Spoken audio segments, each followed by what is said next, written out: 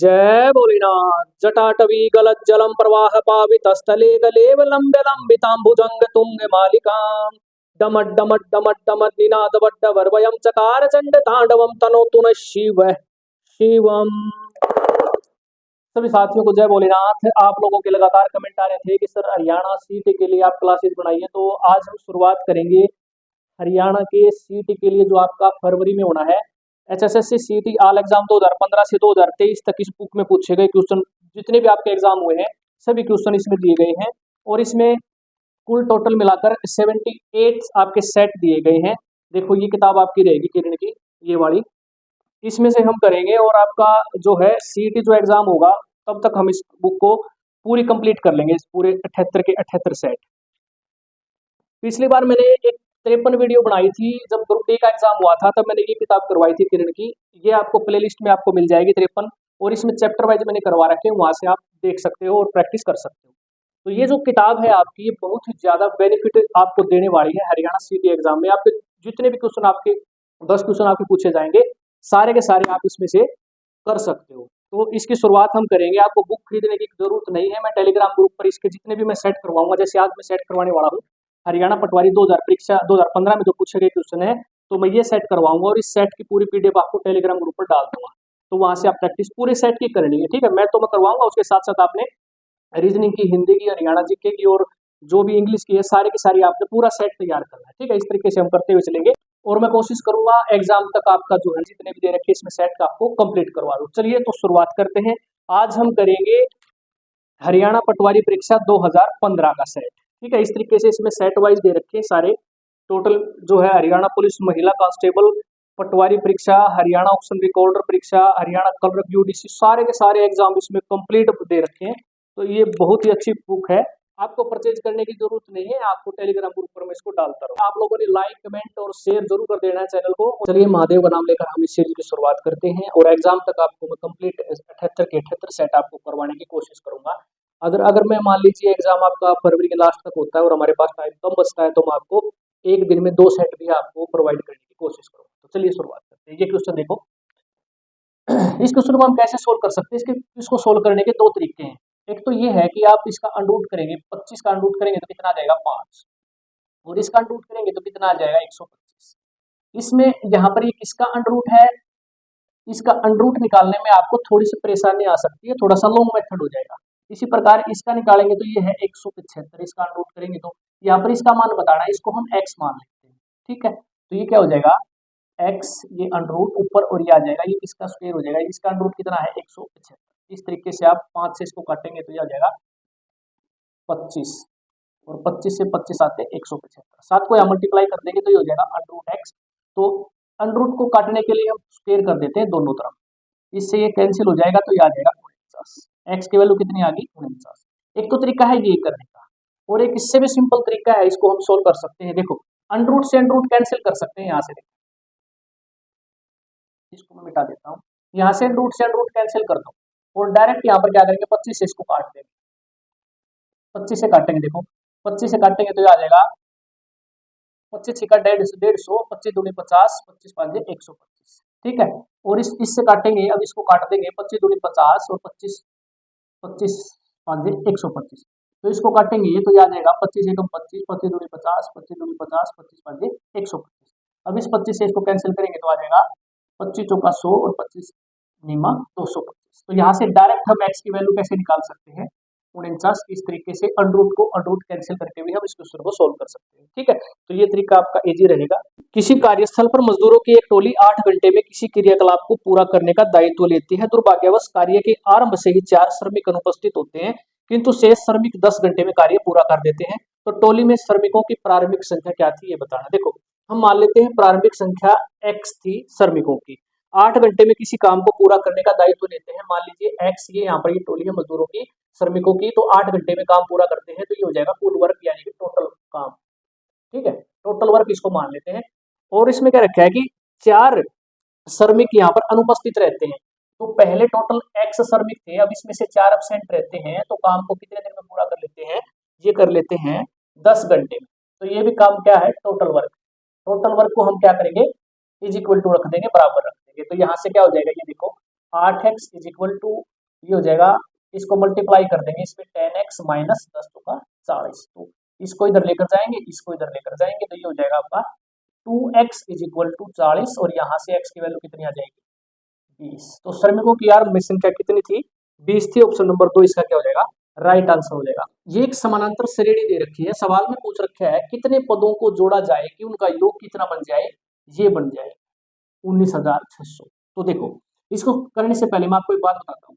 अगर मैं आपसे कहूँ 1 3 5 7 9 ये विषम संख्याएं हैं, इनको इनका योग बताओ कितना होगा, तो क्या करते हो आप इनको जोड़ते हो, इनका जोड़ कितना हो जाएगा 25। अब देखो ये टर्म कितनी है, यानी कि ये पद कितने हैं, ये देखो पद कितने, देखो 1 2 3 4 5, 5 पद है। तो अगर 5 पद हैं, इन पदों का अगर मैं स्क्वायर कर दूं तो कितना आएगा 25। तो यहाँ से ये फार्मूला बन जाता है नंबर ऑफ टर्म कितनी है, नंबर ऑफ टर्म को अगर मैं स्क्वायर कर देता हूँ उसका, तो किसके बराबर आ जाएगा इन पदों का योग आ जाएगा। और यही यहाँ पर दे रखा है सवाल में, पदों का योग कितना दे रखा है 19,600 दे रखा है पदों का योग। तो ये टोटल टर्म कितनी है, नंबर ऑफ टर्म कितनी है, ये हमने बताना है। तो यहाँ से आपको फार्मूला पता चल गया, जब भी हम इस संख्याओं को ऐसे जोड़ते हैं तो उनका फार्मूला है जितनी नंबर ऑफ टर्म उसका स्क्वायर कर दें। तो ये ऑलरेडी यहाँ पर गिवन है, इनका स्क्वायर नंबर ऑफ टर्म का स्क्वायर यहाँ पर योग दे रखा है पदों का।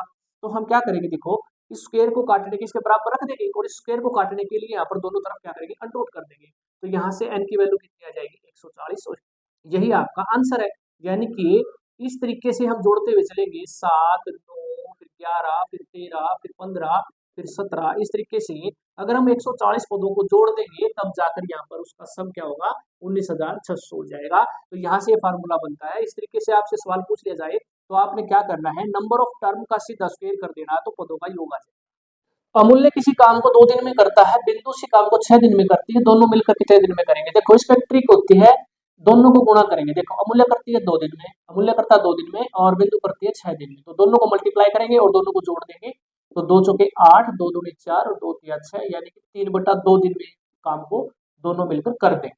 एक तरीका आपका ये होता है, ये बेसिक तरीका है। यहाँ पर इसका एलसीएम ले लेंगे, कितना आ जाएगा 6, ये तो हो जाएगा टोटल वर्क कुल काम। तो यहाँ पर गुणा करेंगे, इसको डिवाइड करेंगे, 2 तिया 6 और 6 एकम 6। इसका मतलब क्या हो जाएगा, ये है एफिशिएंसी, एक दिन की क्षमता, काम करने की क्षमता। ठीक है, इसको बोलते हैं अक्षमता। तो क्या हो जाएगा, देखो दोनों मिलकर एक दिन में ये 3 टेबल बनाता है, एक दिन में ये 1 टेबल बनाती है, दोनों मिलकर एक दिन में 4 टेबल बनाते हैं। और बनानी कितनी है, कुल 6 बनानी है। तो 2 दूनी 4, 2 तिया 6, यहाँ से भी 3/2 दिन में क्या कर देंगे, काम को कंप्लीट कर देंगे। इस तरीके से कर दिया करो, ये ज्यादा ही। ये क्वेश्चन बहुत इंपॉर्टेंट है, ध्यान से समझना। एक ट्रेन मेरठ से चलती है 5 बजे और दिल्ली पहुंच जाती है 9 बजे। एक दूसरी ट्रेन दिल्ली से चलती है 7 बजे, मेरठ पहुंच जाती है 10:30 बजे। तो बताना क्या है कि एक दूसरे को ये कितने टाइम पर क्रॉस करेंगे, कितने बजकर कितने मिनट पर क्रॉस करेंगी। तो देखो इसमें ना तो डिस्टेंस दे रखी, ना इसमें चाल दे रखी, कितने किलोमीटर प्रति घंटा से चलते हैं। तो इस क्वेश्चन को कैसे सोल्व करेंगे, यहाँ से पहली ट्रेन जो है वो टोटल यहाँ 5 बजे चलती है और 9 बजे दिल्ली पहुंचती है, तो 4 घंटे का समय लेती है, 4 घंटे। और दूसरी ट्रेन दिल्ली से यहाँ पर मेरठ पहुंचने में 3 सही 1/2 यानी कि 3.5 घंटे लेती है। तो इसको हम 3 दूनी 6 और 1 7/2 घंटे भी हम कह सकते हैं, यहाँ पर इतना समय लेती है। तो यहाँ पर टाइम लिखेंगे, देखो पहली ट्रेन लेती है 4 घंटे, दूसरी लेती है 7/2 घंटे। तो यहाँ पर हम इसका एलसीएम लेंगे 7 और 4 का, 7 चौक 28, ये ले लेंगे, ये हो जाएगी डिस्टेंस। दूरी हम इसको मान लेंगे 28 किलोमीटर की दूरी है। तो इसको 28 को 4 से डिवाइड करेंगे तो 4 7 28, ये हो जाएगी स्पीड किलोमीटर प्रति घंटा, क्योंकि यहाँ पर ये क्या है 4 घंटे ये टाइम दे रखा है। तो इस तरीके से मानेंगे।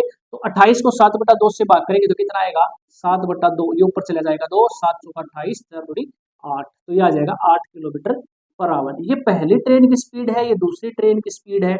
अब देखो पहली ट्रेन 5 बजे निकलती है और दूसरी यहाँ पर चलती 7 बजे। तो इसका मतलब जो ये ट्रेन है ना, ये मान लेते प्लेटफॉर्म है, तो ये यहाँ पर 2 घंटे पहले चलती है।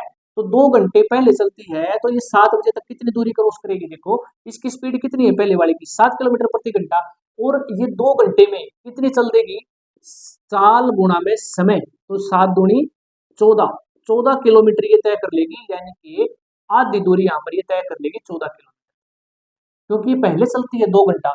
तो अब ये जो 14 किलोमीटर की जो डिस्टेंस बच गई ना, इसको ये क्या करेंगी, सापेक्ष चाल से इसको क्रॉस करेंगे, क्योंकि दोनों ट्रेनें इस तरीके से आमने सामने से आ रही हैं। तो पहली ट्रेन की जो चाल है वो 7 है, दूसरी की 8 है। तो दोनों को जोड़ेंगे तो सापेक्ष चाल कितनी हो जाएगी, 7 और 8 15 किलोमीटर प्रति घंटा। ये क्या बोलते हैं इसको, सापेक्ष चाल।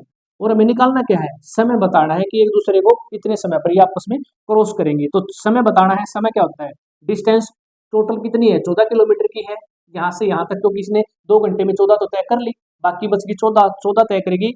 सापेक्ष साल कितनी है, 15 किलोमीटर प्रति घंटा।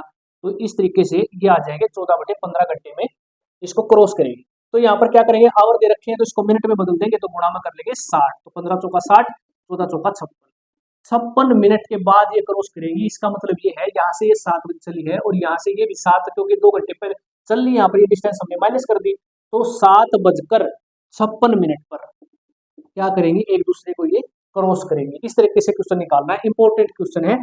जब यहाँ पर किलोमीटर प्रति घंटा स्पीड भी नहीं दे रखी है, यहाँ पर डिस्टेंस भी नहीं दे रखी है, तो यहाँ पर टाइम जो है ना 4 घंटे और 3.5 घंटे था। यहाँ से हमने मान लिया टोटल, यहाँ पर एलसीएम ले लेंगे, 4 और 7, 7 चौका 28, इसको डिस्टेंस मान लेंगे, इसको किलोमीटर प्रति घंटा स्पीड मान लेंगे। ठीक है, इस तरीके से क्वेश्चन सोल्व होगा। 7:56 पर एक दूसरे को क्रॉस करेंगे। 3 घंटियां 9 मिनट, 12 मिनट और 15 मिनट के अंतराल पर बजती हैं और 9 बजे बजना प्रारंभ करती हैं। तो ये बताना है 9 बजे एक साथ बजती हैं, 9 बजे बजना प्रारंभ करती हैं, तो दोबारा किस समय एक साथ बजेगी। देखो इनका एलसीएम ले लेना, इनके एलसीएम पर बजेगी, इनका एलसीएम कितना आ जाएगा 180, 180 मिनट के बाद बजेगी। तो 180 मिनट है, इसको घंटे बना लेंगे, तो घंटे बनाएंगे तो कितना आ जाएगा 6 18, 3 घंटे के बाद एक साथ बजेगी। 9 बजे बजी है तो इसमें 3 घंटे बाद कितना टाइम हो जाएगा 12 बजे, दोपहर के 12 बजे फिर एक साथ बजेगी। हमेशा ध्यान रखना है यहाँ पर इसके एलसीएम पर ये क्या हो जाएगी टोटल की बजेगी, ये टाइम आ जाएगा। इस तरीके से कई बार क्वेश्चन पूछ लेता है, एक वर्ताकार ये पथ होता है, यहाँ पर धावक दौड़ते हैं अलग अलग तरीके से, चाल से दौड़ते हैं, तो वे एक साथ कब मिलेंगे, इस टाइप का क्वेश्चन भी आपका इसी तरीके से होगा। हमेशा आपने क्या कर लेना, एलसीएम मान लेना है। यहाँ पर टाइम मिनट में दे रखा है तो ये मिनट आ जाएगा, आवर में दे रखा है तो ये आवर आ जाएगा। इस तरीके से यहाँ पर 12 बजे क्या एक साथ दोबारा बजेगी। इस क्वेश्चन में दो संख्याएं पूछ रखी हैं जिनका समानांतर माध्य दे रखा है 12.5 है और गुणोत्तर माध्य दे रखे हैं 10। तो वह संख्याएं बतानी, देखो ध्यान से। समानांतर माध्य क्या होता है, देखो कोई भी संख्याएं आप मान लेते हो, जैसे 1 2 3 4 5, इस तरीके से संख्याएं। समानांतर माध्य क्या होता है, जैसे संख्याएं दे रखी हैं, इन संख्याओं को सभी नंबर ऑफ टर्म जितनी दे रखी है इन आंकड़ों को जोड़कर और नंबर ऑफ टर्म जितने भी पद हैं उनसे डिवाइड कर देते हैं। जैसे 1 2 3 4 5, तो 5 से इसको डिवाइड कर देते हैं, तो क्या जाता है अर्थमेटिक मीन, यानी कि समानांतर माध्य, जिसको हम एवरेज भी बोलते हैं। जितने भी नंबर है इनको जोड़कर, इन सभी को जोड़कर और नंबर ऑफ टर्म से डिवाइड, आंकड़ों की संख्या से डिवाइड कर देते हैं, तो ये आ जाता है। तो हम संख्या मान लेते हैं ए और बी दो संख्याएं हैं, ठीक है, दो संख्याएं हैं। तो अर्थमेटिक मीन क्या होता है, दोनों संख्याएं जितनी संख्याएं दे रखी हैं उनको जोड़कर, कितनी संख्याएं हैं दो, दोनों को जोड़कर 2 से डिवाइड करेंगे, तो इसका क्या आ जाता है, ये इसके बराबर दे रखा है समानांतर माध्य के बराबर, यानी कि एवरेज आ जाएगा 12.5। तो यहाँ से a plus B is equal to किसके बराबर हो जाएगा, गुणा कर देंगे 12.5 गुणा में 2 पॉइंट हटाने के लिए ये आ जाएगा 10, 2 5 10, 5 से काटेंगे 5 दूनी 10 और 5 5 25, तो दो संख्याओं का जो योग है वो आ जाएगा 25। एक कंडीशन तो ये हो जाएगी। अब देखते हैं जियोमेट्रिक मीन गुणोत्तर माध्य क्या होता है। गुणोत्तर माध्य होता है आपका, दोनों संख्याओं को मल्टीप्लाई करके उसको अंडर कर देते हैं तो वो गुणोत्तर माध्य आ जाता है। जैसे ए और बी दो संख्याएं हमने मानी है, तो दोनों को गुणा करेंगे और इसको अंडर कर देंगे, तो किसके बराबर, ये दे रखा है गुणोत्तर माध्य, इसके बराबर आ जाएगा। तो अंडर को कैंसिल करने के लिए क्या करेंगे, दोनों तरफ हम स्क्वायर करते हैं और स्क्वायर से अंडर कैंसिल हो जाएगा, तो ए भी किसके बराबर आ जाएगा 100 के बराबर। अब यहाँ से दो कंडीशन आपके पास है, दो संख्याओं का योग 25 है और दोनों संख्याओं का मल्टीपल करेंगे तो कितना आ जाता है 100 है। ऑप्शन से निकालना है अब आपने। अब ऑप्शन में देखो, आप ऑप्शन नंबर से जो 3 नंबर ऑप्शन दे रखे हैं उसमें 20 और 5 दो संख्याएं दे रखी है, वहां पर सेटिस्फाई करवा के देखो, दोनों को जोड़ने से कितना बन जाता है 25, सेटिस्फाई करती है, और दोनों को मल्टीप्लाई करती है तो 20 5 100 गुणोत्तर माध्य यहाँ पर आ जाता है। देखो 20 5 100, ए और बी मल्टीपल कितना आता है 100, 20 5 100 आ गया, यहाँ पर सेटिस्फाई कर गया, तो इसका मतलब आंसर क्या हो जाएगा 20 और 5। इस तरीके से आपने सेटिस्फाई करवा दिया, ठीक है। जैसे देखो गुणोत्तर माध्य कैसे निकालते हैं, इसका ध्यान रखना है, जितनी दो संख्याएं दे रखी हैं दोनों को मल्टीप्लाई करना, उसका अंडर कर देना। और जो ये अर्थमेटिक मीन होता है, समानांतर माध्य कैसे निकालते हैं, जैसे 1 2 3 4 ये संख्याएं देती हैं, इनका निकालना है तो इन संख्याओं को जोड़ेंगे और कितनी संख्याएं ये 4 संख्याएं, तो 4 से डिवाइड कर देंगे, इसको बोलते हैं अर्थमेटिक मीन, समानांतर माध्य, ठीक है। इस तरीके से आपसे दोबारा क्वेश्चन पूछा जाएगा तो आपने इस चीज को याद रखना है। गुणोत्तर माध्य जो होता है जियोमेट्रिक मीन, उसका जो फॉर्मूला होता है दोनों संख्याओं को मल्टीपल करके अंडर करना होता है। तो ये इस तरीके से क्वेश्चन सोल्व है। अर्थमेटिक प्रोग्रेशन से क्वेश्चन पूछा गया है, इनका योग बताना। देखो योग निकालने का फार्मूला जो होता है इसको याद रख लेना आपने, तो योग निकालने का फार्मूला है n/2, प्रथम पद को बोलते हैं a प्लस l का मतलब लास्ट पद, पहला पद कितना है 5 है, लास्ट पद कितना है 181 है। एन हमें पता ही नहीं है कि नंबर ऑफ टर्म कितनी है। अगर हमें ये पता होता नंबर ऑफ टर्म कितनी है तो यहाँ पर एन की वैल्यू रख देते। ए हमें पता है पहला पद है 5 और लास्ट पद है एल 181, तो यहाँ पर सोल्व कर देते आंसर आ जाता। लेकिन हमें एन की वैल्यू नहीं पता, एन कैसे आएगा, ये आएगा इस फार्मूले से a plus N minus 1 into D. D का मतलब होता है सार्व अंतर, कॉमन डिफरेंस इनके बीच में। 13 और 5 का डिफरेंस 8 है, 21 और 13 का डिफरेंस 8 है, इसको क्या बोलते हैं, ये डिफरेंस, तभी तो इसको अर्थमेटिक सीरीज बोलते हैं, श्रेणी समानांतर श्रेणी बोलते हैं। तो इस तरीके से जो है ना इनका डिफरेंस गैप कितना आ जाएगा, डी की वैल्यू आ जाएगी 8, कॉमन डिफरेंस है यहाँ पर 8, तो यहाँ से एन की वैल्यू निकाल देंगे। टी एन का मतलब है लास्ट टर्म, ये 181 यहाँ रखेंगे, 181 इज इक्वल टू पहला पद है 5 प्लस एन हमें निकालना है -1, डी हमें पता है 8 है, तो 5 को इस तरफ लेकर जाएंगे तो ये हो जाएगा 176 is equal to N minus 1, और यहाँ पर ये 8 से इधर डिवाइड हो जाएगा, 8 से डिवाइड कर दें, काट देंगे इसे 8 से, जो हो जाएगा 8 दूनी 16 और 8 दूनी 16 is equal to N minus 1, और एन की वैल्यू कितनी आ जाएगी 23। तो इसका मतलब क्या हो जाए, यहाँ पर ये जो नंबर ऑफ टर्म है कितनी है 23 है, तो यहाँ पर आपको नंबर ऑफ टर्म पता चल गया 23, यहाँ पर इस फार्मूले में रख देंगे 23/2, पहला पद कितना है 5 और लास्ट वाला पद कितना है 181, अब ये हो जाएगा 186 इंटू 23 और बटे ये आ जाएगा 2, तो 2 × 18 और 2 × 6। अब करना है 23 को और 93 को मल्टीप्लाई, तो आंसर कितना आ जाएगा 2139, ये आ जाएगा आंसर। ठीक है, इस तरीके से आपने क्वेश्चन सोल्व कर देना है, इस फार्मूले को जरूर याद रखना।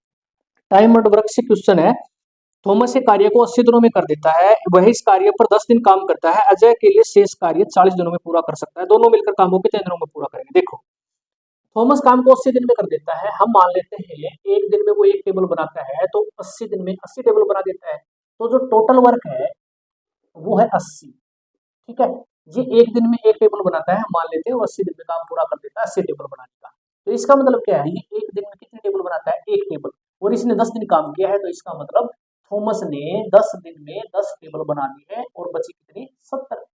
अब जो ये 70 टेबल बच गई ना, 70 टेबल ये किसने बनाई है, अजय ने बनाई है, कितने दिन में बनाई है, ये बनाई है 42 दिन में, तो एक टेबल कितने दिन में बनाएगा बटे में 70, और कुल 80 टेबल ये बनाता अजय, टोटल 80 टेबल, तो कितने दिन में बनते 7 × 42 और 6 × 48, तो इसका मतलब ये है अगर अजय अकेला काम करता है तो 48 दिन में करता है, थॉमस करता है 80 दिन में, थॉमस काम को करता है 80 दिन में, अजय करता है 48 दिन में। अब ये क्वेश्चन वही बन जाएगा, टोटल में दोनों मिलकर कितने दिन में काम को पूरा करेंगे, तो मैंने ट्रिक बता रखी है 80 × 48 और दोनों का योग, 16 × 8 = 128, 16 × 5 = 80, 8 × 6 = 48 और 6 × 5 = 30, तो दोनों मिलकर कितने दिन में काम को पूरा कर देंगे, 30 दिन में काम को पूरा कर। देखो भाई, दो रेलगाड़ी एक ही दिशा में जा रही है, एक क्वेश्चन और आया था पिछला 92 मैंने करवाया था, उसमें मैंने बताया नहीं था आपको। देखो अगर दो ट्रेन एक ही दिशा में जाती है तो सापेक्ष चाल क्या होती है, माइनस हो जाती है, 65 से 45 माइनस करेंगे तो 20 किलोमीटर प्रति घंटा की सापेक्ष चाल हो जाएगी, क्योंकि एक ही दिशा में जाती है तो क्या होती है,